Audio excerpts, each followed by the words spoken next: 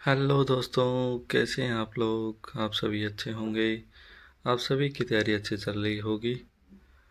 हमारा टॉपिक चल रहा था एनिमल ब्रीड। एनिमल ब्रीड में हमने गाय की और भैंस की नस्लें कंप्लीट कर ली थी और उसके बाद हमने देखा था गाय और भैंस की शब्दावली, जो टर्मिनोलॉजी है उसके बारे में भी हमने देख लिया था।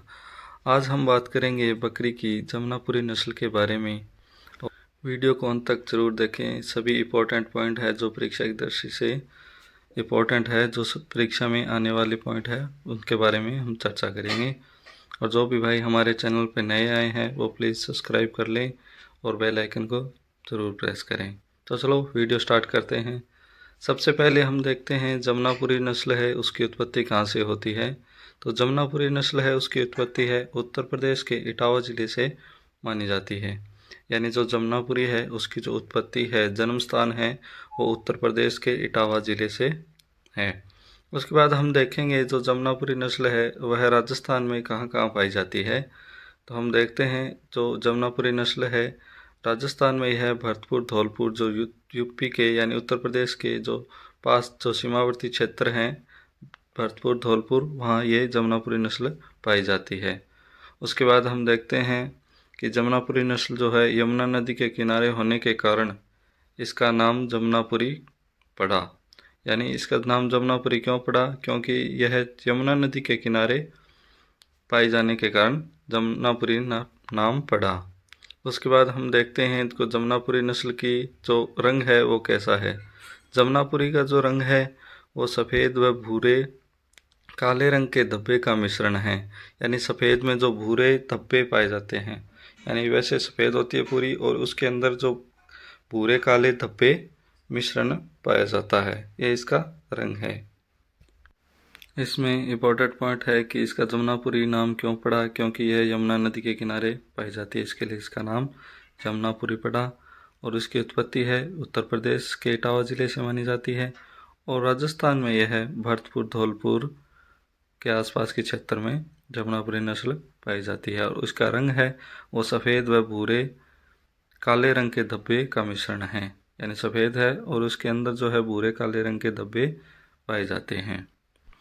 जमुनापुरी जो नस्ल है वो परीक्षा की दृष्टि से इम्पोर्टेंट नस्ल है। इनसे बहुत बार परीक्षा में रिपीटेड क्वेश्चन आते हैं, तो हमें विशेष ध्यान रखेंगे। और उसके बाद हम देखते हैं कि जमुनापुरी नस्ल है इसके सींग कैसे होते हैं। जमुनापुरी नस्ल है इसके सींग जो होते हैं लंबे व पीछे की तरफ मुड़े हुए होते हैं और जमुनापुरी के कान लंबे व लटके हुए होते हैं। जो जमुनापुरी के कान है वो लंबे होते हैं और लटके रहते हैं।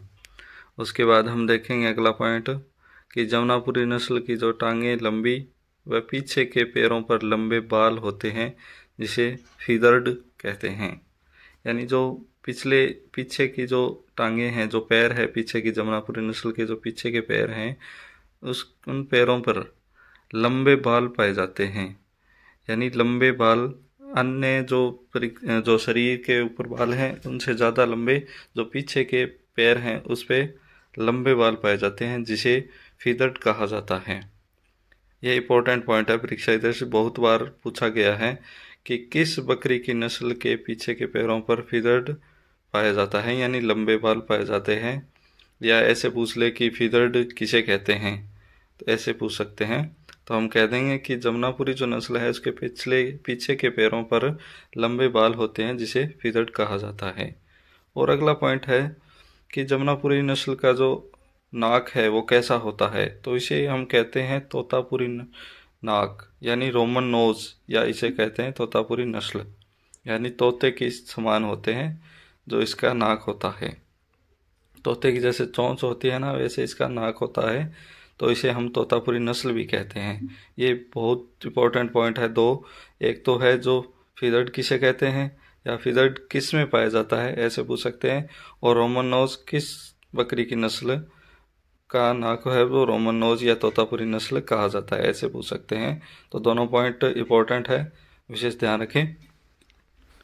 इसके बाद हम देखते हैं आगे के पॉइंट। उसके बाद हम देखेंगे कि जमुनापुरी नस्ल की जो बकरी है उसमें सबसे बड़े आकार की नस्ल मानी जाती है।